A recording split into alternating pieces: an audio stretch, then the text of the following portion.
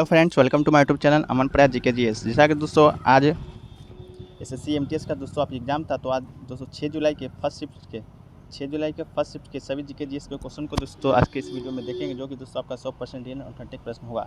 तो दोस्तों किसी प्रकार की समस्या के लिए अगर आप हमें अपने शिफ्ट का क्वेश्चन बनाना चाहते हैं तो आप हमें व्हाट्सएप नंबर पर मैसेज कर सकते हैं, जो कि आपको सामने दिया गया है। तो चलिए दोस्तों शुरू करते हैं।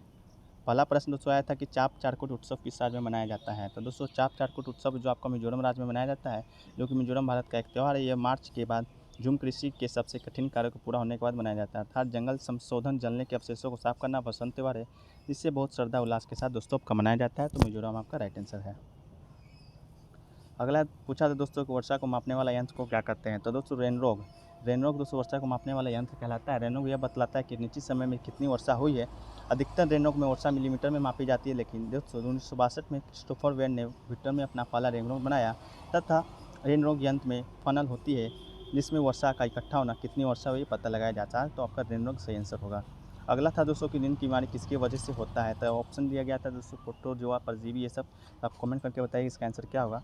नींद, चिंता या तनाव, कुछ खास तरह के नींद संबंधी विकार है दोस्तों, शरीर में कोई परेशानी होना, स्वास्थ्य संबंधी कोई समस्या होना, जैसे मोटापा, मधुमेह, हृदय, जीवन शैली में बदलाव, नींद की कमी से दोस्तों ये होता है। लेकिन ये प्रश्न आंसर आपका नहीं है, आंसर आप कमेंट सेक्शन में बताइए। अगला पूछा है दोस्तों कि लो एस्क निर्यात बंदरगाह कौन सा है। तो दोस्तों 4 ऑप्शन दिया गया था, तो उसमें दोस्तों आपका मोर्मू गायो पोर्ट है, जो कि दोस्तों आपका लो एस्क निर्यात बंदरगाह है, जो जुआरी मुहाना के प्रवेश द्वार पर स्थित है। गोवा में प्राकृतिक बंदरगाह है। 1961 में जापान को लो एस्क निर्यात को संभालने के लिए इसकी रीमॉडलिंग के बाद इससे महत्व मिला। लोएस के प्रमुख निर्यातों को मोम्बुआ गो पोर्ट के माध्यम से वित्तीय वर्ष 2010-11 के दौरान दोस्तों सबसे अधिक निर्यात किया गया था। अगला पूछा दोस्तों कि 2011 की जनगणना के अनुसार किस राज्य में जनसंख्या घनत्व सबसे कम है। तो दोस्तों जनसंख्या 2011 के अनुसार दोस्तों जनसंख्या घनत्व अरुणाचल प्रदेश में दोस्तों आपका सबसे कम है, 17 व्यक्ति प्रति किलोमीटर आपका दोस्तों जनसंख्या घनत्व है अरुणाचल प्रदेश का। अगला पूछा दोस्तों कि निम्नलिखित में से कौन सा पर्वतीय वन वृक्ष है। तो इस 4 ऑप्शन दिया गया है दोस्तों, आप इसमें से बताइए कौन सा ऑप्शन आपका सही है। एक ऑप्शन मुझे नहीं मिला है। अगला पूछा है दोस्तों कि द टोटल रिकॉल बुक किसके द्वारा लिखा गया है। तो ये दोस्तों आपका लिखा गया है अर्नाल्ड श्वार्ज़नेगर के द्वारा दोस्तों टोटल रिकॉल बुक। इस पुस्तक के लेखक के बारे में जाने दोस्तों, तो लेखक अर्नाल्ड कैलिफोर्निया के गवर्नर रह चुके हैं। इसके अलावा हॉलीवुड के सबसे बड़े सितारों में से एक है और साथ ही बॉडी मिलने के बेताज बस्ता भी हैं। अगला पूछा दोस्तों कि राजा राज प्रथम कब शासक बना था। तो दोस्तों राजा राज प्रथम आपका 1985 ईस्वी में दोस्तों शासक बना था, जो कि 1014 ईस्वी तक रहा था। राजा राज प्रथम का राजभवन दोस्तों 985 ईस्वी में हुआ। राजा राज प्रथम चोलों का सबसे प्रतापी शासक था। अगला पूछा दोस्तों खजुराहो मंदिर किस शैली में है। तो दोस्तों खजुराहो का मंदिर दोस्तों आपका नागर शैली में है। नागर मंदिर का एक अद्भुत उदाहरण है, क्योंकि मंदिर का एक गर्भगृह, एक छोटा आंतरिक कक्ष, एक अनुप्रस्थ भाग, एक मंडप या बीच का भाग निचले दक्षिण खिड़कियों के साथ है। खजुराहो मंदिर दोस्तों आपका नागर शैली का है। अगला पूछा है दोस्तों पांडुलिपि किस पर लिखा जाता है। दोस्तों तार के पत्ते पर लिखा जाता है। पांडुलिपि किस पर, तो तार के पत्तों पर लिखा जाता है।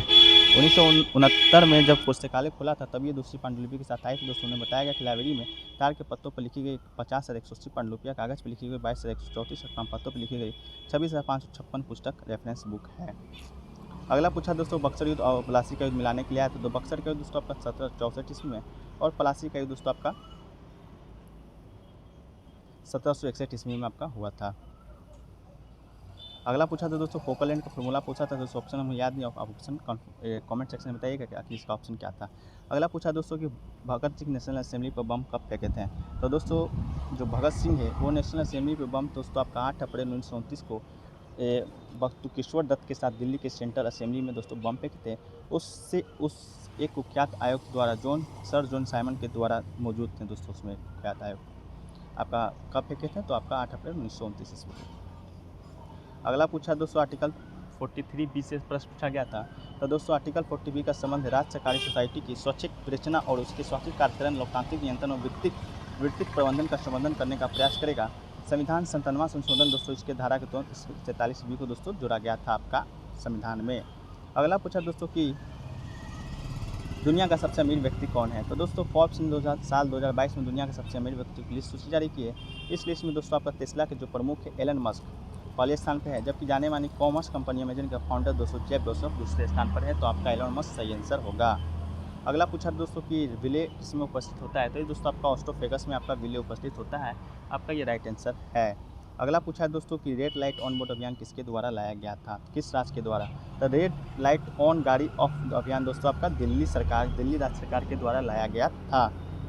अगला पूछा दोस्तों कि राष्ट्रपति बनने के लिए सबसे न्यूनतम उम्र कौन सी है। तो दोस्तों भारत के राष्ट्रपति के रूप में कार्य करने के लिए सबसे न्यूनतम आयु है दोस्तों आपका 35 वर्ष है। उपराष्ट्रपति के रूप में कार्य करने के लिए भी न्यूनतम दोस्तों 35 वर्ष है। इसके अलावा दोस्तों राष्ट्रपति का पागल या दिवालिया नहीं होना चाहिए, इसकी अर्हताएँ हैं आपका राष्ट्रपति बनने के लिए। अगला पूछा है दोस्तों कि हरिप्रसाद चौरसिया किस वाद्य यंत्र से जुड़े हुए हैं। तो दोस्तों हरिप्रसाद चौरसिया जो कि भारतीय शास्त्रीय वादक हैं, जो कि दोस्तों आपका बांसुरी से संबंधित है, बांसुरी वादक है। उन्हें नवप्रथम परंपरावादी का दुर्लभ संयोजन माना जाता है। उन्होंने अपनी उत्कृष्ट ब्लोइंग तकनीक के माध्यम से बांसुरी अभिव्यंजन का विस्तार किया है।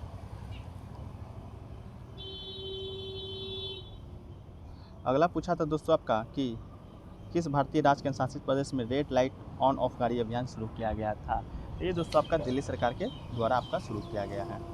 अगला पूछा दोस्तों कि स्किन के स्पेशलिस्ट को क्या कहा जाता है। तो दोस्तों स्किन को जो स्पेशलिस्ट है उसे दोस्तों डर्माटोलॉजिस्ट कहा जाता है। डर्माटोलॉजिस्ट दोस्तों त्वचा विशेष, डर्मा का मतलब होता है स्किन यानी हमारी त्वचा। ऐसे डॉक्टर जो हमारे स्किन वालों का ख्याल रखता है उन्हें दोस्तों डर्माटोलॉजिस्ट कहा जाता है।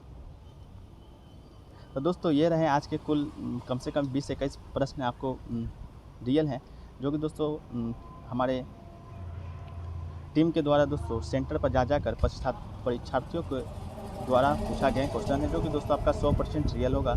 इसका दोस्तों हम गारंटी देते हैं।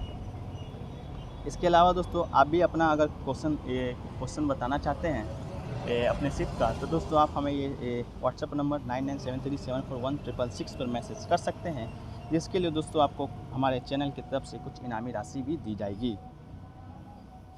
तो दोस्तों यही प्रश्न है दोस्तों। कुछ दोस्तों ये महत्वपूर्ण प्रश्न को देख लेते हैं, जो कि दोस्तों आपके बार-बार एग्जाम का पार्ट बनते हैं। पहला है कि दोस्तों नीरज चोपड़ा को मेडल मतलब किस खेल में मिला था। तो दोस्तों नीरज चोपड़ा को जो मेडल है वो आपका मिला था दोस्तों भाला फेंक में, टोक्यो पैरा ओलंपिक में दोस्तों आपका मिला था भाला फेंक प्रतियोगिता में। इसके अलावा दोस्तों बिहू किस राज्य का नृत्य है। तो दोस्तों बिहू जो है वो दोस्तों आपका असम का नृत्य है। बिहू के अलावा दोस्तों सतरिया का नृत्य है, वो भी दोस्तों आपका असम का है। बिहू असम का नृत्य है दोस्तों, सतरिया नृत्य भी आपका असम का है। इसके अलावा दोस्तों पूछा था कि बार-बार क्वेश्चन आ रहे हैं कि 2011 की जनसंख्या के अनुसार सबसे ज़्यादा जनसंख्या घनत्व किस राज्य का है। तो दोस्तों आपका सबसे ज़्यादा जनसंख्या घनत्व वो आपका दोस्तों बिहार का है।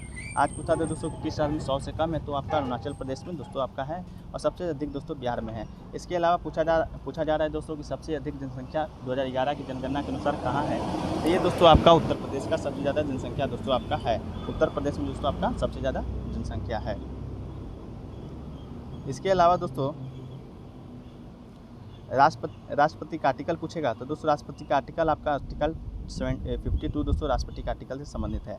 तो दोस्तों इतना ही प्रश्न कुछ महत्वपूर्ण प्रश्न दोस्तों जो कि एग्जाम के 12 पार्ट बनते हैं। दोस्तों अगर इसका आपको PDF चाहिए होगा तो आप हमारे टेलीग्राम चैनल पर या मैसेज कर सकते हैं। तो दोस्तों अगर वीडियो अच्छा लगा हो तो वीडियो को लाइक कीजिएगा तथा दोस्तों में शेयर कीजिएगा। तो मिलते हैं दोस्तों नेक्स्ट वीडियो में, जब तक के लिए जय हिंद, धन्यवाद।